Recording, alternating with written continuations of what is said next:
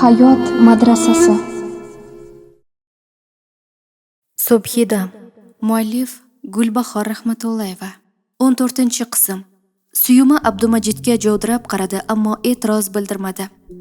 Xo'p bo'ladi, Hazrati oliylari. Abdumajidning kayfiyati juda ko'tarilib ketgan edi. U Suyumaga shodon gap tashladi. Shundoq bo'lsin. Bir emas, yarim og'iz so'zingiz. Shu kuni Suyuma va Abdumajid tonggacha ijodxonada ijod qilib chiqdilar. Eskizlarning ayrim detallari ustida tortishdilar. Ba'zi bir joylarida so'zlari bir joydan chiqdi. O'rtada Suyumaning bir ozgina bor aybini hisobidan 2 marta ovqatlanishga to'g'ri keldi. Mana bitta. Abdumajid ishlaridan ko'ngli to'lib kerishdi. Qara, tong ham otib kelyapti. Ha aytgancha, bitta eng muhim ish qolib ketibdi. Bo'ldi, chidolmayman, uyqum kelib ketdi. Yostig'im ham arazlab yotgandir. Suyuma, qayerdan olasan shunaqa gaplarni? Tavba. Ko'pincha senga gap topolmay qolaman, ammo oxirgi shtrixni hozir qo'ymasak uyqum kelmaydi. Mayli, vaqtingni olmayman, faqat shu kolleksiyaga bitta nom topish kerak edi. Nima deb nomlasak ekan? Oppoq orzular desak bo'lmasmikin?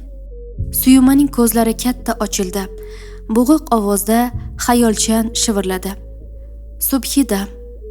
Subhidam, bu degani tong yorishib kelayotgan vaqt, mana shu hozirgi payt. Abdumajid ko'p o'ylanmadi. Xuddi ertakdagidek betakror. Demak, kolleksiyamizning nomi Subhidam. Suyuma zorlangandek bo'ldi. Men juda ham charchadim. Ozgina dam olaman. Suyuma Abdumajidga shu so'zlarni aytdi-yu, eshikdan chiqdi. U xonadan tezroq uzoqlashishni istar edi. Chunki Abdumajidning o'zining ko'z yoshlariga guvoh bo'lishini istamas edi. Suyumaning eskizlari tanlovga onlayn tarzda jo'natildi. Oradan 2 hafta o'tgach, minglab nomzodlar ichida Suyuma yarim finalga chiqqanligi to'g'risidagi xabar keldi. Bu Abdumajid uchun ham juda katta yangilik bo'ldi. U Suyumaning bajargan ishlari bu qadar muvaffaqiyatga erishadi deb yetti uxlab bir tushiga kirmagan edi. Xabar bilan birga tanlovning yana yangi sharti ham kelgan edi. Shartga ko'ra tanlov ma'muriyatiga faqatgina bir dona libos eskizi jo'natilishi kerak edi. Mavzu qilib odam va olam rukni tanlangan edi. Abdumajid chet davlat Moldoviyadan kelgan barcha xabarni ishxonada qabul qilib olgach, uyga shamoldek uchdi. U entikib Suyumaga barchasini tushuntirar ekan, Suyuma, eskiz 2 kunda tayyor bo'lishi kerak. Endi baravar o'ylamasak bo'lmaydi, dedi. Suyuma o'ylanib qoldi. Biror g'oyang bo'lsa aytaver, Suyuma, tortinma, dedi Abdumajid dalda bergan ohangda. O'ylayapman, Abdumajid aka. Keling, barchasini bafurja kechki ovqatdan keyin ko'rib chiqsak. Mayli, to'g'ri aytasan. Nima ovqat yeymiz bugun? Ochig'i, qornim ochgani endi sezildi. Tiftel sho'rva, shahzotimizning buyurtmasiga ko'ra. Abdumajid Suyumaga endi javob qaytarmoqchi edi, ostonada Robiyani yetaklagan shahzod ko'rindi. U Robiyaga Abdumajidni ko'rsatib, "Robish, ana ada", dedi. Robiya qiyqirib Abdumajidga talpindi. Abdumajid uni quchib oldi, keyin boshidan balandga ko'tardi. "Asal qizimni hozir ham qilib qo'yaman." Robiya yuqoridan adasiga kulib qaradi. "Yo, ada. Nima? Nima dedi? Meni ona qizim, qani yana bir qaytarsin-chi?" "Ada, ada." Abdumajid Suyumaga xursand bo'lib maqtandi. "Qaragin ayasi, bugun biz ada bo'ldik. Buni nishonlamasak bo'lmaydi, ala bay." Suyuma Abdumajidga qarab kulimsiradi. "Va nihoyat, tabriklarimni qabul qilib oling. Nishonlashga kelsak, qanday takliflar bor? Hozir ko'rasiz-da." Abdumajid farzandlarini yetaklab ko'chaga chiqib ketdi. Ular oradan yarim soat o'tmay qaytganlarida qo'ni-qo'njilari to'lib ketgan edi. Abdumajid o'rtacha kattalikdagi tortni Suyumaga uzatdi. "Bu tanlovdagi g'olibamiz uchun maxsus, o'zlari yaxshi ko'radigan muzqaymoq kremligidan." Suyuma Abdumajid uni bunday tortni yaxshi ko'rishni bilganiga hayron bo'ldi. Ammo gapni ko'paytirgisi kelmadi. Tortni olgancha minnatdorchilik bildirdi. "Rahmat, pulingiz ko'p bo'lsin." Kechki ovqatdan keyin Robiya barvaqt uxlab qoldi. Shahzod rasm daftarini bo'yashga mashg'ul bo'lgan vaqtida Abdumajid va Suyuma ham o'z ijodlari olamiga sho'ng'ishdi. Ular o'zlarining ancha takliflarini o'rtaga tashladilar. Obdon tortishdilar. Tortishuv natijasida oxiri Suyuma o'z so'zini o'tkazdi. Suyuma bu safar och sariq rangdagi matodan tikiladigan ko'ylak eskizini tayyorlashni taklif qilgan edi. Eskizda jingalak sochlarini uzun qilib yoyilgan qiz tasviri tushirilgan edi.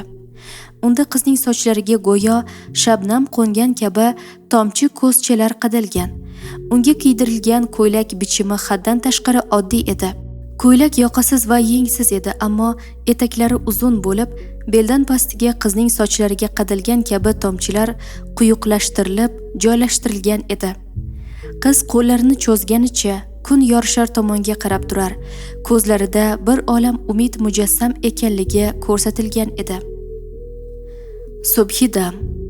Bu safar eskizga Subhidam nomini Abdumajid tanladi. Bu safargi tanlov natijasini Abdumajid ham, Suyuma ham mushtoqlik bilan kutishardi. Orada Shahzod 1-sinfga chiqdi. Suyumaning ishlari ancha ko'payib qolgan edi. Shahzodga dars qildirishga alohida vaqt ajratar. Bu esa anchagina salmoqli edi. Tanlov natijalari esa avvalgisidan ko'ra ancha kechikdi. O'tmaganim rost. Shuning uchun ovvora bo'lib xabar ham jo'natib o'tirishmagan. Suyumaning bu so'zlariga Abdumajid e'tiroz bildirgan bo'lsa-da, ammo o'zining yuragini ham shubha-yu gumonlar eza boshlagan edi. Abdumajid ham, Suyuma ham tanlovdan umidlarini uzishgan bir vaqtda sentyabr oyining 20-sanasida firmaning elektron pochtasiga bir maktub kelib tushdi. Abdumajid uni o'qish uchun ochganida ko'zlariga ishonmadi. Suyuma final bosqichiga yo'llanma olgan edi.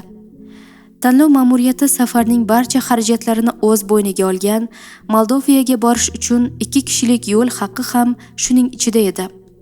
Tanlovning final bosqichi roppa-rosa bir oydan keyin 20-oktyabrda o'tkazilishi ma'lum qilinib, finalda qatnashish sharti ham yozib yuborilgan edi. Shart esa juda oddiy edi. Milliy uslub uyg'unligidagi libos, erkin mavzu.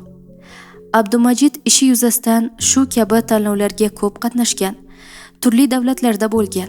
U yerdagi tanlovlarda nufuzli o'rinlarni egallagan bo'lsa ham, bu safar o'zgacha hayajonlandi. Abdumajid bu gal barcha ijodni Suyumaning o'ziga havola qildi. "O'zing obraz yarat, bu endi sening tanloving", dedi u Suyumaning yordam so'rab qilgan murojaatiga. Suyuma Abdumajidga ko'zlarini katta-katta ochib qaradi. Nimalarnidir anglagandek bo'ldi. Keyin shaxtam qadamlar bilan ijodxonaga kirib ketdi. Hash-pash deguncha 3 hafta ham o'tib ketdi. Abdumajid va Suyuma Shahzod va Robiyani olib yo'lga tushdilar. Ular samolyotda avval Rossiyaga, so'ngra Moldovaga yetib borishlari uchun ko'p vaqt sarflaganlari yo'q edi. Tanlov mutasaddilari ularni aeroportda xush tavoze bilan kutib oldilar. Ular avvaldan tayyorlab qo'yilgan mehmonxonaga joylashtirildilar. Mehmonlarga bir kun hordiq chiqarib olishlari uchun barcha sharoitlarni muhayyo qilib berildi. Ertasi kuni shaharning diqqatga sazovor joylariga ekskursiya uyushtirildi. Abdumajid, Suyuma, Shahzod va Robiyalar dildan yayrashdi. Moldovaning poytaxti Kishinev shahri bu paytda juda sokin tabiatda edi. Hali Toshkentda issiqning tafti qaytmagan bir vaqtda bu yerdagi huzurbaxsh yengil havo kishining ruhiyatiga o'zgacha orombaxsh kayfiyat bag'ishlagan edi. Kechga tomon mehmonxonaga qaytganlarida kun bo'yi tinimlari bo'lmagan bolalar tezda uyquga ketdilar. Abdumajid bilan Suyumaning ko'zlaridan uyqu qochgan edi. Ular ertangi o'tkaziladigan final oldidan qattiq hayajonga tushgan edilar. Tanlov boshida ishtirokchilarning umumiy soni 15 ming nafardan ortiq bo'lgan ekan. Finalga 87 ishtirokchi yetib kelibdi.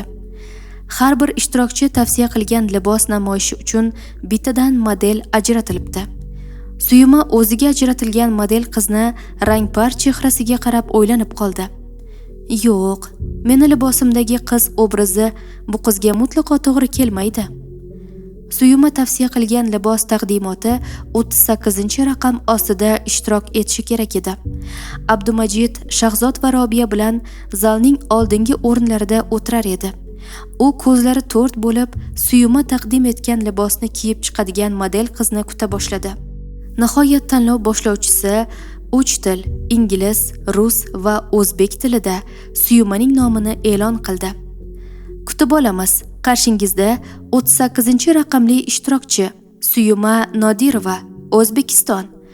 U tomonidan tayyorlangan milliy libosnoma Sog'inch ifora. Zaldagilar diqqatlarini sahnaga qaratdilar. Birdan sahnaga ular uchun o'zgacha uslubda bo'lgan musiqa yangradi. Barcha damini ichiga yutib, model qiz salona qadam tashlab chiqib kelishini kuta boshladi. Ammo musiqa sadolari ostida boshiga qo'ndirilgan tilla qoshi ustidan tashlab olingan ro'molining bir uchi bilan yuzini yarim to'sib ohista qadamlar bilan sahnaga Suyuma chiqib keldi. U sahna markazida to'xtadi va ozgina siltangan harakat bilan o'zini ortga oldi. Shu asnoda o'sha holatdan zalga qarab egildi. Qo'llari tezda ko'ksiga borib, ta'zim bajo ayladi. Ta'zim asta raqs bilan joy almashdi. Tun kechalar ko'kda hilol kulib turar. Hilolmisan? Hiloldayin kulmaysanmi? Sen kulmasang boshginamga osmon qular. Seni qanday e'zozlashim bilmaysanmi? Sen ham meni sog'inganda yig'laysanmi? Seni qanday e'zozlashim bilmaysanmi? Suyuma sahnada shu qadar go'zal harakatlar bilan suzar ediki, o'tirganlarning barchasi o'zini unutgan, butun vujudlari ko'rish, tinglash va eng asosiysi yurakka aylanib qolgan edi. Balki bedor, balki orom olib shu chog' tortidirsan orom ichra bir o'tli oh. Ko'rgin, bizni ne ko'ylarga soldi firoq. Tushlaringda meni quchib uxlaysanmi? Sen ham meni sog'inganda yig'laysanmi? Mensiz hatto dunyolarga sig'maysanmi? Sen ham meni sog'inganda yig'laysanmi? Suyuma raqs tushmas edi. Suyuma sahnada yashayotgan edi. U barini unutgan edi. U bu raqsga bundan 2 yil avval tushgan edi, ammo undagi Suyuma hozirgi Suyuma emas edi. Ranjimagin, sevging menga azob desam, hijroningda nechun bo'ldim xarob desam, yana meni o'z holimga qaytar desam, ko'ksimga bosh qo'yib battar tig'laysanmi? Sen ham meni sog'inganda yig'laysanmi? Suyuma barcha chegaralarni vayron qilib yuborgan edi. U raqs tushar va butun zaldagilarni sehrlar edi. Suyuma bor izhorini raqsida ifoda etar edi. Sensiz qalbim faryodlarga to'lib borar. Jonsiz jismim lahza sayin so'lib borar. Bu dard meni ming bo'lakka bo'lib borar. Sevsang agar holim so'rab kelmaysanmi? Sen ham meni sog'inganda yig'laysanmi? Suyuma musiqa bilan birga to'xtadi. Zalda jimlik hukmron edi. Bir payt Suyumaning oyoqlari ostiga bir dasta gul uchib tushdi. Shunda boshlandi. Suyumaning yon atrofi gul va guldastalarga ko'milib ketgan, barcha o'rnidan turib tinimsiz Suyumani olqishlar edi. San'at sarhad bilmaydi deganlari shu ekanda. Insonlarning ko'ngliga yetib borish uchun ko'p hollarda til bilish shart bo'lmay qolishi mumkin ekan. Birgina musiqa, raqs, yuz ifodasi oradagi minglab to'siqlarni lahzada kun fayakun qilib tashlashi mumkin ekan. Suyuma hamma uni kutayotgan ushbu lahzalarda odamlar orasidan ko'zlari bilan Abdumajidni izlar edi. Abdumajid bu safar chiday olmagan edi. U Suyumani bu ahvolda ko'rishni istamagan yagona inson edi. Abdumajid bu safar chiday olmagan edi. U Suyumani bu ahvolda ko'rishni istamagan yagona inson edi. Shuning uchun u bolalarni olib zalni tark etib chiqib ketgan edi. Suyuma hech qayerga sig'may ketdi. Bu begona shaharda o'zini yolg'iz qolib ketgandek his qildi. Abdumajidsiz olgan olqishlari, sha'niga chalingan qarsaklar, zalga yig'ilgan minglab insonlarning e'tirofi tatimay ketdi.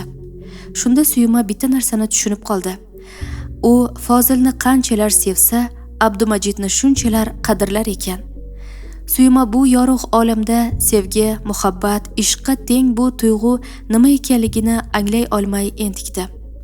Bilgani shu bo'ldiki, Abdumajid uning uchun o'rnini hech kim bosa olmaydigan va hech qachon ketishi mumkin bo'lmagan inson bo'lib ulguribdi. Suyuma birgina yuragi shu topda qoq o'rtasidan bo'linib ketganligini his qildi. Uning muhabbat deb nom olgan qismida Fozil mahzun jilmayib ko'rinsa, insoniylik deb atalgan qismida Abdumajid xokisor kulimsirardi. Suyuma sahnadan tushgach, tanlov ma'muriyati 10 daqiqalik tanaffus e'lon qildi va barchadan o'z joylarida o'tirib turishlarini so'radi. Bunday holatni yuzaga kelishida Suyuma va uning raqsi aybdor edi. Zoomda sahnaga 4 ta maxsus kiyimlik yigitlar yugurib chiqishdi. Ular sahnada va yerlarda yoyilib yotgan guldastalarni yig'ishtirishga tushdilar. Ammo bunga ancha vaqt ketishini his qilib, yana qo'shimcha yordam kuchi chaqirdilar. Suyuma esa kiyinish xonasida yarim soatcha boshini kaftlari orasiga olib, so'zsiz o'tirdi. So'ngra bir qarorga kelgandek boshini dadil ko'tardi. Ohista inshootning orqa tarafidagi chiqish eshigidan chiqib ketdi. U o'zlari joylashgan uncha uzoq bo'lmagan mehmonxonaga yeldek uchdi. Suyuma mehmonxonaning tegishli nomeriga kirganida Abdumajidning Robiyani qo'lida ko'tarib olgancha allalab uxlatayotganining ustidan chiqdi. Abdumajid ichki sezgi bilan Suyumaning xonaga kirganini sezdi, indamadi. Qo'lida uxlab qolgan Robiyani divandagi uxlayotgan Shahzodning yoniga avaylab yotqizdi. Abdumajid hamon o'ziga so'zsiz tikilib javob kutayotgan Suyumaga yaqinlashdi. Unga baqamti kelib dardli tikildi. Suyuma undan ko'zlarini olib qochmadi. Abdumajid uning sochlariga qo'l uzatdi, ammo teginmadi. "Meni kechir. Kechir olsang, kechir." Abdumajidning ovozi shu qadar dardli va yalinchoq ediki, uni tinglagan odam bu ovoz sohibining yuragi parcha-parcha bo'lib ketganligini fahmlashi qiyin emas edi. Suyuma uning ko'zlaridan barini o'qidi.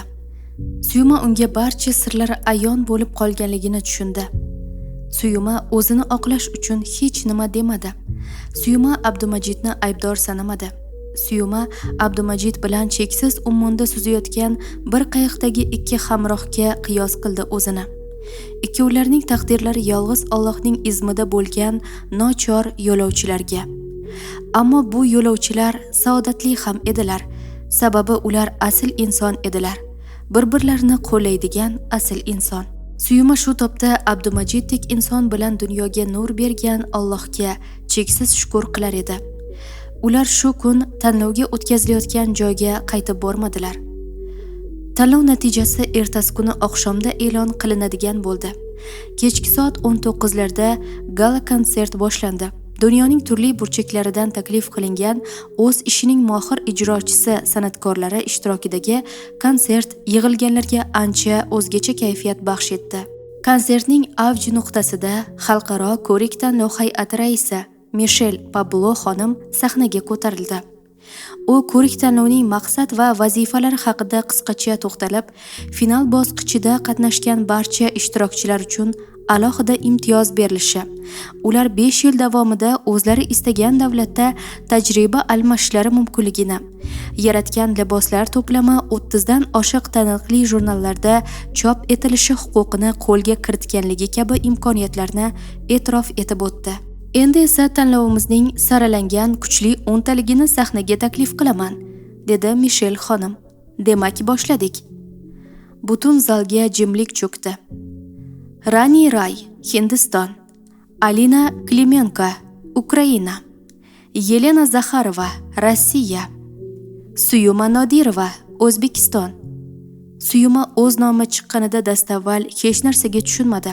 Atrofdagilar "Tur o'rningdan, sahnaga ko'taril" deya imo-ishora qilganlarida hech narsaga tushunmadi, dovdiradi. Suyuma shuncha odamlar orasidan Abdumajidni qadrdon ovozini eshitdi. "Suyuma, tura qol endi, bo'la qol." Suyuma Abdumajidning ovoziga bo'ysundi. Asta o'rnidan turib sahnaga yura boshladi. Ammo 5 qadam yurmay nimadir uni to'xtatgan bo'ldi. Ortiga o'girildi. "Suyuma, biz sen bilan." Suyuma Abdumajidning ovozidan kuch olgandek, masofaning bu yog'ini dadillik bilan bosib o'tdi. u qolgan ishtirokchilar qatoridan joy olar ekan, boshini baland ko'tarib sahnadan zaldagilarga qaradi. Mishel xonim 10 nafar ishtirokchini qo'llab qarsak chalayotgan muxlislarni qo'li bilan to'xtatdi. Endi hakamlar hay'ati tomonidan qo'yilgan ballar asosida o'rinlarni egallaymiz.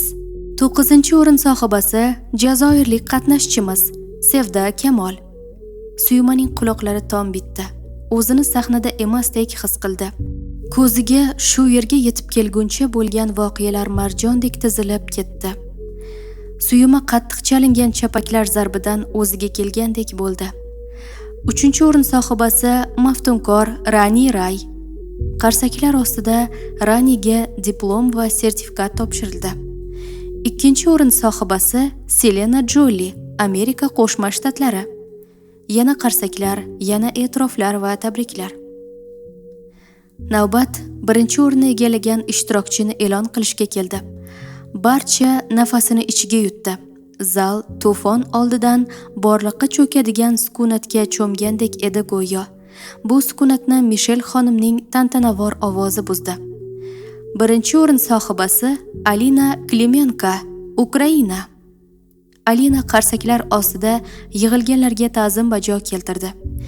Suyuma ham baland bo'yli kelishgan bu qizni samimiy qutlab berilib qarsak chalar ekan, ich-ichidan haqiqatda munosib berilgan baho deya takrorlar edi. Suyuma Mishel xonim uni sahnaga chaqirib, familiyasini nima uchundir aytmaganiga hayron bo'lmas. Hatto tadbir nashidasidan o'zini bu safda nima uchun turganligini ham unutgandek bo'ldi. Shu vaqt Mishel xonim qo'lidagi ro'yxatga bir ko'z yugurtirib, kecha Suyumani chiqishini o'zbek tilida e'lon qilgan yigitga gap tashladi.